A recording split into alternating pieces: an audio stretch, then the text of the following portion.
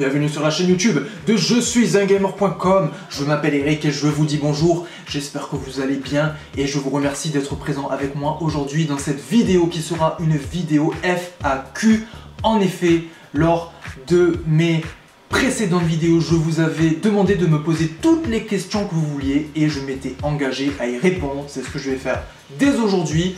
Toutefois, je m'excuse pour la sobriété du décor. C'est tout blanc parce que je viens tout juste d'aménager chez moi, mais j'ai pas encore tous mes meubles, donc ça risque de mettre un petit peu de temps avant d'apporter une touche personnelle aux arrière-fonds des vidéos, mais cela viendra à point nommé, je vous le promets. Première question de Elgato. Merci à toi Elgato pour cette première question qui est la suivante. Quels sont tes objectifs sur YouTube? C'est une question pour le moins classique et assez difficile à répondre. Mes objectifs sur YouTube sont multiples.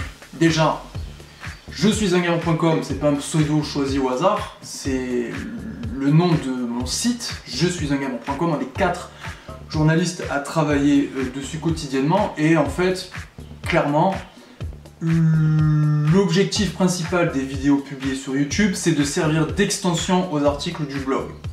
En quelque sorte. C'est-à-dire que si on prend par exemple la vidéo d'unboxing de Little Nightmares 6th Edition, et bien cette vidéo elle sert de complément à l'article d'unboxing du jeu qui a été publié sur le site. C'est aussi simple que ça, c'est en gros une façon d'apporter une information complète et détaillée à nos lecteurs ou viewers sur YouTube tout simplement. Après je ne me cache pas qu'il y a un deuxième objectif probablement.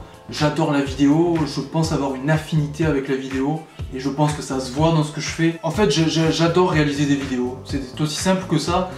J'ai passé mon bac avec une spécialisation cinéma audiovisuel, c'est-à-dire que je bouffais du cinéma pendant 10 heures par semaine, c'était génial. Et j'ai fait quelques longs métrages avec des amis et je pense que c'est en faisant ce genre de choses que je me suis rendu compte que j'adorais faire de la vidéo. Et à la base, j'ai une chaîne Dailymotion, qui est une chaîne sur laquelle je publie des vidéos de très très bonne qualité. C'est des courts-métrages, j'ai qu'une dizaine de vidéos, pas plus, hein. J'ai dû publier une dizaine de vidéos sur les 5, 6 ou 7 dernières années. C'est des vidéos un petit peu, oui, artistiques, on va dire, c'est de la création artistique. Après, il y a un petit peu de vidéos dans la thématique du tourisme aussi, puisque j'ai vendu déjà des vidéos à des agences de voyage, à des compagnies aériennes, ce genre de trucs. Et je me suis quand même dit que c'est super chronophage de travailler sur un film, un vrai film, ça prend des années si on veut vraiment bien le faire. Et je me suis dit que YouTube c'était probablement une alternative pour assouvir ma passion de réalisation, de montage, de mixage vidéo, sans que ça soit complètement contraignant dans ma vie personnelle. Je veux dire, voilà, forcément, quand tu travailles, quand tu as une vie de couple, quand tu as une famille, c'est un peu plus compliqué de passer tout son temps à faire que de la vidéo. Donc YouTube pour moi c'est le bon compromis, ça me permet de faire de la vidéo de façon modérée mais quand même de m'éclater, voilà, on va dire ça comme ça. Deuxième question de Jack Moroz. Merci Jack pour cette question. Vas-tu reprendre Watch Dogs 2 in real life? On veut Marcus, et bien je comprends bien que tu veux Marcus Jack, mais je vais être honnête avec vous, Watch Dogs 2 in Real Life, j'avais beaucoup d'espoir sur cette série. En fait, clairement, sur toutes les séries que j'ai lancées, Watch Dogs 2 in Real Life, c'est vraiment ce qui me prend le plus de temps. C'est-à-dire que pour faire un épisode, ça me prend au moins une semaine. Le temps que je revisionne toutes les cinématiques du jeu, que je sélectionne les cinématiques, que je les exporte au format vidéo, que je fasse un découpage, que je travaille le texte, que je travaille le scénario, que je fasse le doublage, que je fasse les effets audio, les effets visuels. Non, honnêtement, vous imaginez pas la quantité de travail que c'est. C'est quelque chose dans laquelle je m'éclate. Watch Dogs in Real Life, je trouve que le personnage de Marcus en espèce de petit gamin des cités complètement barge et qui va aux États-Unis parce qu'il subit les pressions, enfin les pulsions de l'American Dream, c'est quelque chose qui le fait fantasmer et il est en total. Enfin, son image colle pas du tout avec ça, quoi. C'est ça qui me fait kiffer Watch Dogs in Real Life, mais le problème, concrètement, c'est que ça suit pas. Moi, je m'attendais à... Vu la quantité de travail que c'est, en fait, je m'attendais à des retours beaucoup plus conséquents, quoi. Et là, si vous regardez sur les 4 vidéos de Watch Dogs 2 in Real Life, je culmine à 100, peut-être 150 vues. honnêtement c'est trop peu. Je veux dire, le ratio travail-feedback, bah, il est totalement incohérent. C'est beaucoup trop de travail pour pas grand chose. Moi honnêtement, pour une série comme ça, je m'attends au moins à 500 vues quoi. Et le problème c'est que ça marche pas, ça n'a pas l'air de marcher. Je sais qu'il y a quelques-uns de mes abonnés qui adorent ce concept de vidéo, mais le problème c'est qu'ils se manifestent pas assez. Donc moi Watch Dogs 2 in Real Life, c'est une série que j'avais programmée sur 10 épisodes, ils sont déjà écrits, je veux dire, j'ai plus qu'à les réaliser. Mais s'il n'y a pas un minimum de retour, moi je compte pas poursuivre sur Watch Dogs 2 in Real Life malheureusement. Donc si vous voulez pérenniser cette série, si vous voulez que je continue, bah, il n'y a pas 36 000 solutions, il faut en parler autour de vous, il faut partager, faut bouger le truc quoi, parce que moi, bah, clairement, je peux pas y arriver tout seul, voilà. Désolé. Désolé Jack, et désolé aux autres, mais c'est la triste vérité. Troisième question déjà, question posée par Younes, est-ce que tu aimes les mangas? Eh bien Younes, oui, j'aime les mangas, j'aime les animes. En fait j'ai passé mon enfance, mon adolescence à faire que ça, lire, regarder des mangas, animes, etc. Après c'est vrai que plus le temps passe et moins j'ai du temps à consacrer à ce genre de choses, c'est limite. Quand je regarde des séries télé aujourd'hui, je dois vraiment me limiter à une poignée de séries quoi. J'en regarde 3 et sinon j'ai vraiment pas le temps de le faire. Donc ça m'arrive de regarder des mangas, mais c'est très rare. Après mon manga préféré, je pense pas que vous connaissiez parce que c'est pas super connu, c'est un manga qui est sorti au début des années 90.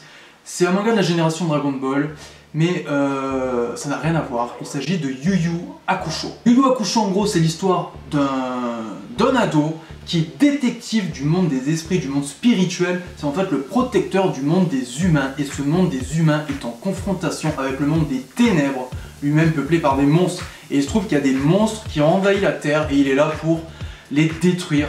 Et ce qui est super sympa dans Yu Yu Hakusho, c'est que le héros, qui s'appelle Yusuke Urameshi, se lie d'amitié avec d'autres détectives, mais aussi avec des monstres qui ont en fait une âme charitable, on va dire.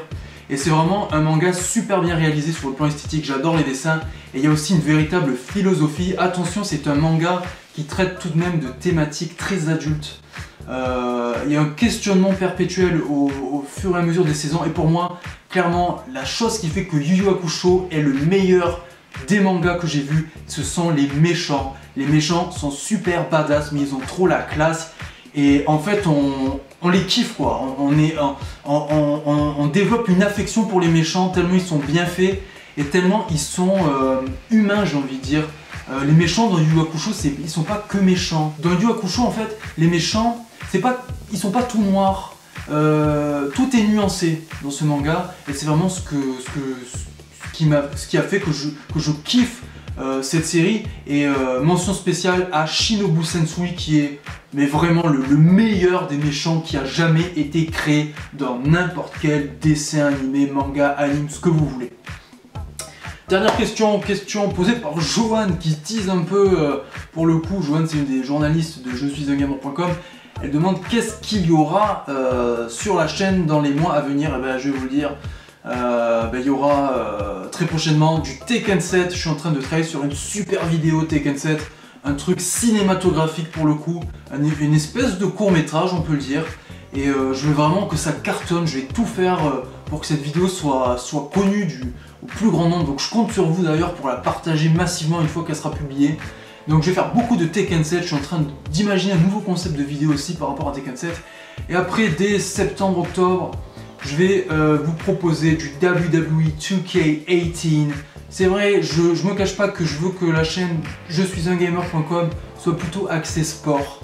Là on est sur 3-on-3 freestyle, je vais pas lâcher 3-on-3 freestyle, je vais vraiment parler de tout ce dont on peut parler par rapport à ce jeu. Mais il y aura clairement du Tekken 7, il y aura du WWE 2K18, il y aura probablement d'autres jeux sur la chaîne et d'autres formats de vidéos. Je n'oublie pas, je n'abandonne pas les chroniques littéraires par exemple, je n'oublie pas, je n'abandonne pas les unboxings et Watch Dogs 2, ça dépendra de vous. Si vous voulez du Watch Dogs 2, manifestez-vous. Voilà, je vous remercie pour avoir regardé cette vidéo, c'était le premier FAQ je suis un gamer.com. Merci pour tout, merci pour avoir regardé cette vidéo jusqu'au bout. Ciao.